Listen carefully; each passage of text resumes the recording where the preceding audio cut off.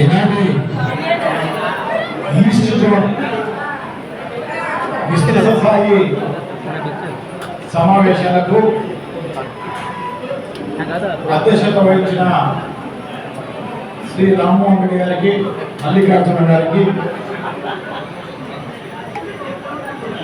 నాతో పాటు ముఖ్య అతిథులుగా పాల్గొన్న మాజీ డిప్యూటీ మంత్రివర్యులు శ్రీ అమృత భాష గారు, అలాగే మేయర్, ఎక్స్ డిప్యూటీ చైర్మన్ అయిన శ్రీ సురేష్ బాబు గారు, శాసన మండలి సభ్యులు శ్రీ రామచంద్రారెడ్డి గారు,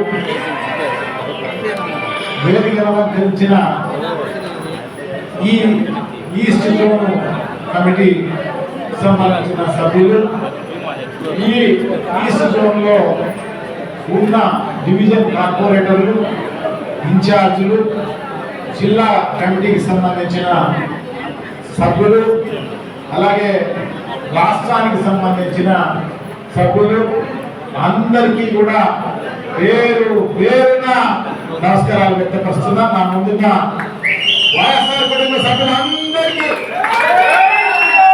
పేరు పేరున నమస్కారాలు వ్యక్తపరుస్తున్నా. చాలా కాలం క్రితం అయిపోయింది, త్వరగా 2 minutes లో అయిపోయారు.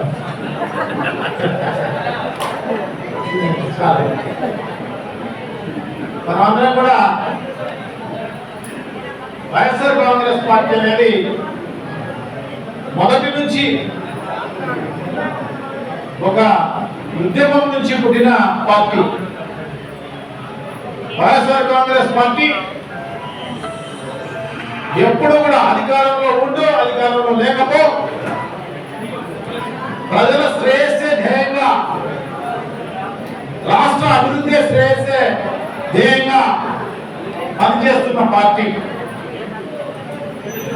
అందుకోసమే మన ప్రతిపక్షంలో చాలా ఏళ్ళు ఉండడం జరిగింది, అధికారంలో 5 ఏళ్ళు ఉండడం జరిగింది.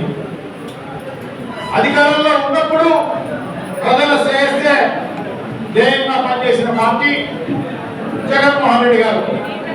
ఇప్పుడు ప్రతిపక్షంలో ఉన్నప్పుడు కూడా ప్రజల సమస్యలను ప్రభుత్వ దృష్టికి, ప్రజల దృష్టికి తీసుకొచ్చే దాంట్లో ప్రముఖ పాత్ర వహిస్తున్న పరిస్థితి మనందరికీ కూడా తెలిసిన విషయమే. అందుకోసమే ఇప్పుడు అధికారంలో లేకపోయినా నిరుత్సాహపల్లె తెలుగుదేశం పార్టీ మాదిరి 3 ఏళ్ళు 4 ఏళ్ళు కనబడకపోలే. గతంలో మనం చూసినాం, చంద్రబాబు నాయుడు గారు దాదాపు 3.5 సంవత్సరం ఈ రాష్ట్రంలోనే లేదు, హైదరాబాద్ లో ఉన్నాడో మరి ఎక్కడ ఉన్నాడో ఆయన కానీ, ఆయన కొడుకు కానీ, పవన్ కళ్యాణ్ కానీ, సోకాల్ లీడర్స్ ఎవరు కూడా కనపడిన పరిస్థితే లేదు. ఎలక్షన్ కు ముందు వచ్చి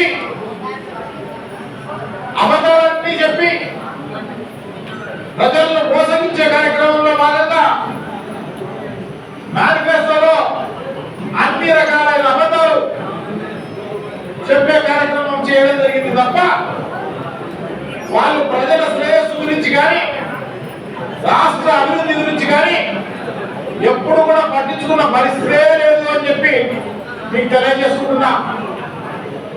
మనం ఈ 14 నెలల కాలంలో అనేక రకాలైన ఉద్యమాలు చేయడం జరిగింది. మనకు సంబంధించిన సమస్యలు, అలాగే మేనిఫెస్టో వల్ల ఎక్కడైతే ప్రజలు ఇబ్బంది పడ్డారో వాళ్ళకి అవన్నీ కూడా ఇప్పించడంలో భాగంగా అన్ని రకాలైన చర్యలు, అంటే దానికి సంబంధించిన ఉద్యమాలన్నీ కూడా మనం చేసిన పరిస్థితి ఉంది అని చెప్పి మీకు తెలియజేసుకుంటున్నా. అన్ని ఉద్యమాల్లోనూ కూడా కడప నియోజకవర్గానికి ఒక ప్రత్యేకమైన స్థానం ఉంది. ఎందుకంటే చాలా మటుకు జిల్లా హెడ్ క్వార్టర్స్ లోనే అన్ని ఉద్యమాలు జరుగుతాయి కాబట్టి మీరందరూ కూడా, నాయకులందరూ కూడా బాగా పనిచేసినందువల్లనే ఆ కార్యక్రమాలన్నీ కూడా విజయవంతమైన పరిస్థితి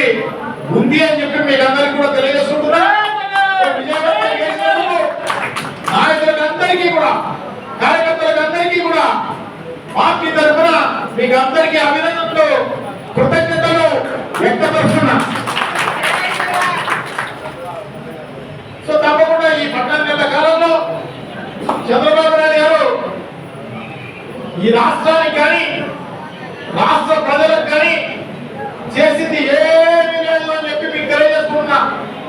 మీకు అందరికీ కూడా బాగా తెలుసు కూడా, అందరికీ అనుభవం. ఎందుకంటే ప్రతి నెల జోబికి మన జోబికే డబ్బులు వచ్చే కార్యక్రమం జరుగుతూ ఉండేది. సో అటువంటిది ఈరోజు ఏమీ లేని పరిస్థితి మనం చూస్తున్నాం ఈ 14 నెలల కాలంలో.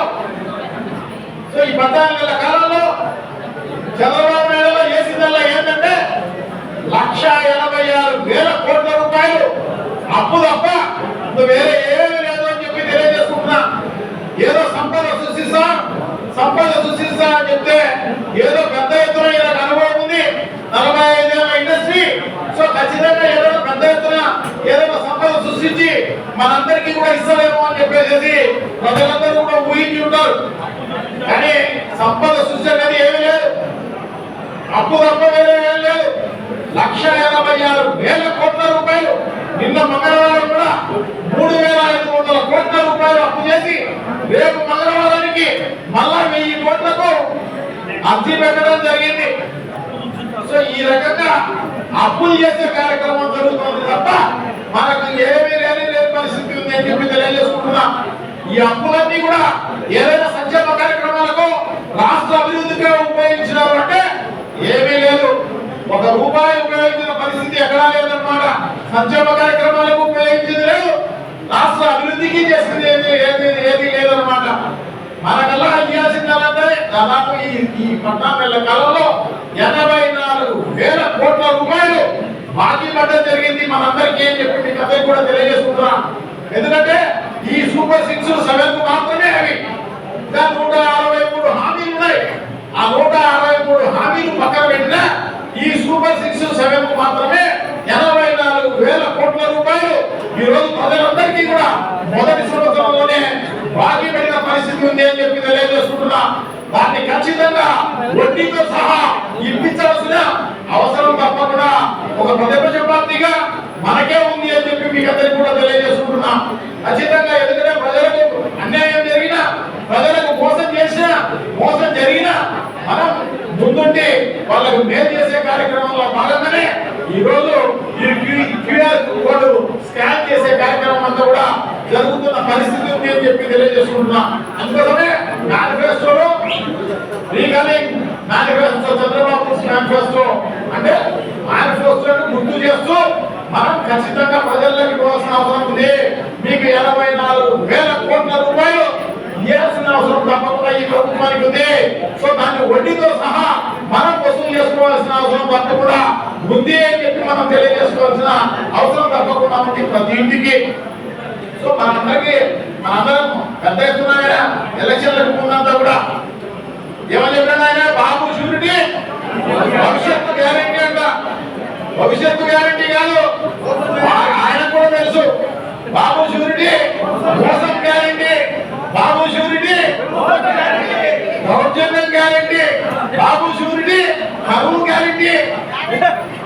కరువు ఆయన 2 కవర్ పిల్లలు. కరువు